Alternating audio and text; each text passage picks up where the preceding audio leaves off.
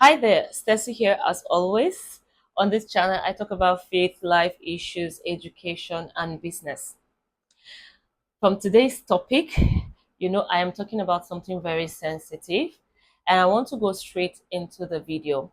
But before I go into the video, I want to give a short story that will give a little background of why I am making this video. This story is fictive, it has happened to nowhere. Let's look at the story. There is this king who rules and reigns in a community. This king is very compassionate, kind, and loving. In fact, he is very concerned about the welfare of the people he is ruling, the people of his community.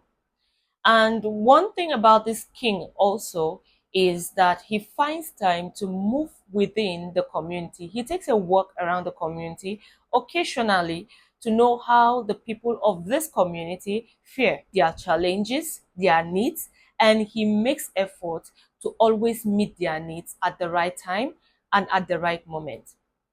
One thing he has noticed most of the time is when he takes a walk in this community, there are a few people who would come and acknowledge him as the king. They would come and worship and bow down and appreciate him for all he has been doing for them. But the majority of the people in the community do something very awkward. Instead of seeing the king and running to the king, who is very concerned about their well being, who cares for them, and is always intentional about how safe they are, they would rather run to the king's security men and bow before them, panicking, pleading with the security men not to harm them. Please, don't kill us, don't hurt us, don't harm us. Please, please, show mercy. Don't do this, don't do that. And the king is wondering, why am I here? And you don't even care or bother about me that much. All you are concerned about is running to my security men when I know I have the power and the authority to give them instructions on what to do and what not to do. These security men only work by the instructions of the king. If the king asks them to do something, that is when they do it. But the king asked, why do they always come to my security men instead of coming to me? And woo, it dawned on the king that these people always go to the security men because of the weapons they carry. The king walks without weapons. Why? Because that is not his assignment. He has security men around him who are to safeguard and protect him. And because of the kind of assignment they carry, they must have weapons with them. Now, instead of these people who are ruled by the king to trust the judgment of the king, they are rather afraid of the king's security men who always carry the weapons. Their concern is about the weapons and not who has the authority. Can you imagine the reasoning of these people? This is why I am making this video. It is just about mindset re-evaluation. I also do not have the intention to reduce our level of sensitivity to spiritual or satanic manipulations. I am more concerned about how we respond to these manipulations, so we do not get to the level where relevance is given to Satan and his manipulative tactics instead of God and the powers that God has to take care of our daily needs and fight our battles. Let's look at those things we do that subtly give relevance to Satan instead of God.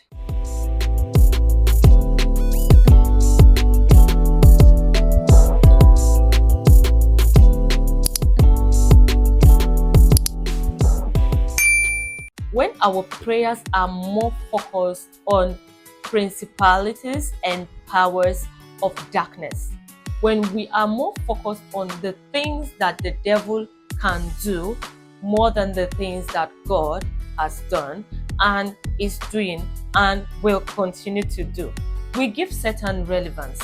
One tactic the devil uses to get us to this point is when he gives us an idea that we are fighting spiritual warfare. He knows that the attention is focused on him. I am not against praying against principalities and powers, but how much time do we use to pray against principalities and powers? Do we use same amount of time to appreciate God and talk about the things God can do? Those times it looked like all hope is lost and He showed up. How many times do we laud those beautiful things God has done? Even when challenges begin to come, instead of looking at the magnitude of the challenge, why not look at the magnitude of the things that God has done before and begin to transfer it into the present problem, to create awareness in your mind that God who did it before can do it now.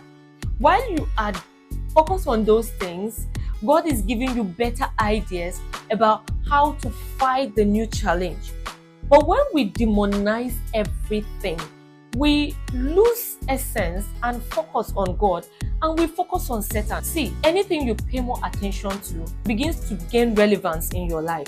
But when you focus on God and the things He has done before, pay more attention to God, naturally the weight of that challenge begins to move off you. I feel this is the stage you begin to receive your liberty, your healing, your deliverance, and whatever.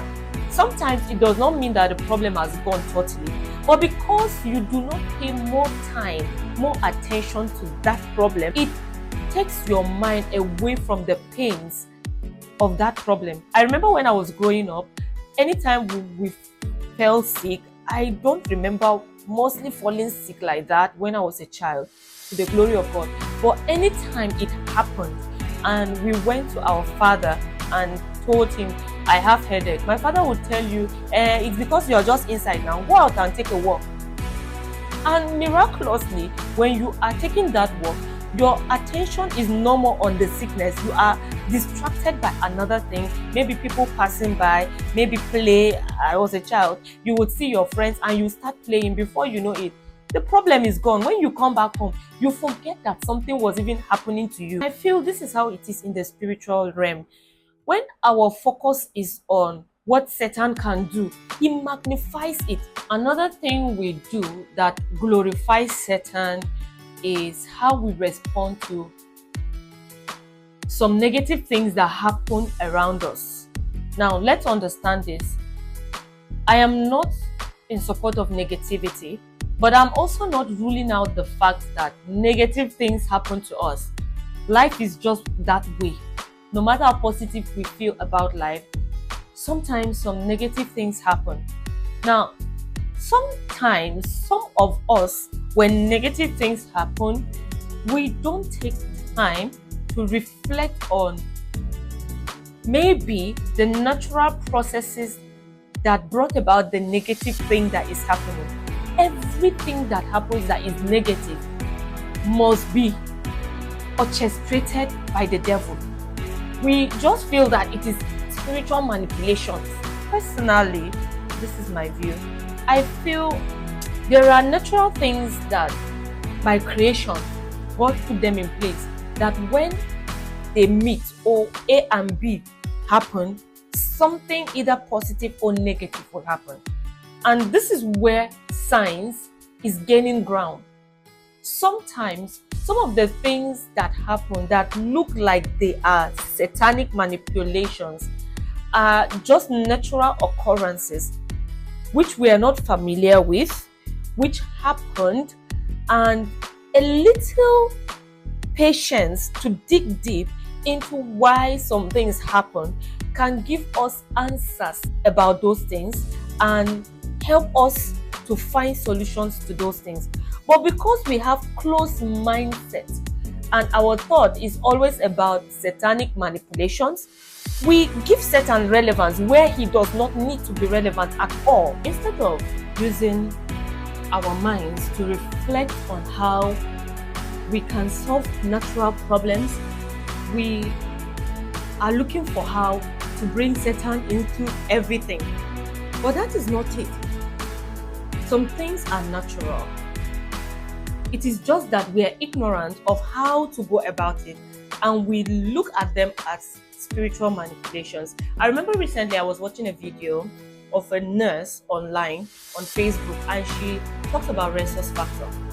Rhesus factor is something I knew about recently. It might be there for a long time, but I was not aware of it. This nurse shared why she's the only child of her parents. One thing about rhesus factor is incompatibility in rhesus factor can result to incessant miscarriages. But if it is spotted early and you have knowledge about it, there are medical interventions that can be used to solve that problem. I have known women who have had incessant miscarriages. After having one child, the next pregnancies could not stay. And with that video, I began to think, what if it was rhesus factor that was their problem? You can imagine the number of times these people have gone to prayer houses, have even had problems in their families, suspecting one person or the other to be the reason for that predicament because of their ignorance of the knowledge about rhesus factor. Sometimes some of this information we need to search for, we don't open our minds to them. So when something just happens, we are quick to channel it to spiritual manipulations. And to me, I feel doing that is one of the reasons we give the devil credence. Instead of looking for battles where battles are not there, because we have God, we can pray. But sometimes I pray that prayer. I'll ask God, what information do I need to know? Who do I need to connect with to know this information? I just want to be in the right place, to know the right thing to do. So I don't be in a circle that I keep running up and down and struggle with something that just one knowledge is enough to bring me out of that problem. It is not everything that happens that is spiritual manipulation. When we focus on that, we're giving Satan the glory. And Satan on his own, he is someone who likes to take advantage of our ignorance. That is why he's a manipulator. And if we call him a manipulator in a situation where he did not start the problem and we intentionally invited him, he knows that we are just ignorant. He will take advantage of that and mess up our minds. Yes, the manipulations are there, but the person we are paying attention to has no power to deliver us from those manipulations. The only one who can deliver us from those manipulations is God. And this is why we need to focus more on Him, acknowledging His sovereignty, acknowledging the power that is in His name. It takes just a word from Him. It takes just an instruction from Him. For even the devil, whom we are afraid of, to work for Him, to do the things He wants. God can ask the devil to do things for our own good. Sometimes it might look like it is against us. But what is the reason why God is asking him to do it? Let's remember the story of Job in the Bible. There was a purpose for God allowing Satan to torture his life for a while. Imagine if the Bible did not record it, that there was a conversation between God and Satan, and God was so confident in his son Job. He knew that regardless of the situations that Job would find himself in, Job will not yield to the manipulations of the devil. Sometimes there are things that happen negatively in our lives. Please, let's find time to ask God, why is it happening to me? You're not asking the question because you feel you're very important, more important, that you should not go through that. That's not the type of question I'm asking. It is finding the purpose for why it happens. Why am I experiencing this, God? I want to understand the purpose. So if I understand the purpose, I will understand how to tackle it. I'll understand how to go into the warfare. It might be that God allowed that negative thing to happen to grow your faith. It might be because He wants to prove a fact about your level of stability with Him. It might also be that He wants the world to know about His intervention, His miraculous power in your life, and how He can come through for other people who will later find themselves in that kind of situation. It might also be that it is from a place of negligence from your own part. You took the wrong decisions and you need to learn from those wrong decisions. So you need to work on yourself and take the right decisions. If we take time and reflect, why is this thing happening? We will address it the right way. Let us be conscious of this. So we'll not give the devil relevance. He does not need that. We are more than conquerors. We are in a place of safety. That is Psalm 91 verse 1 to the end.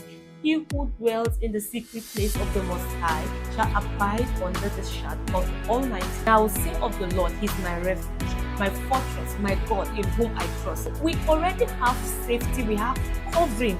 We have our covering. We have the Word of God that can repel all these negativities. And when we stand by them, we decree and declare them, it begins to take shape in our lives. And this is why I'm making this video. This mindset shift, right? Yeah, that's the essence of this video. If you are still with me on this video to this moment, I appreciate you greatly.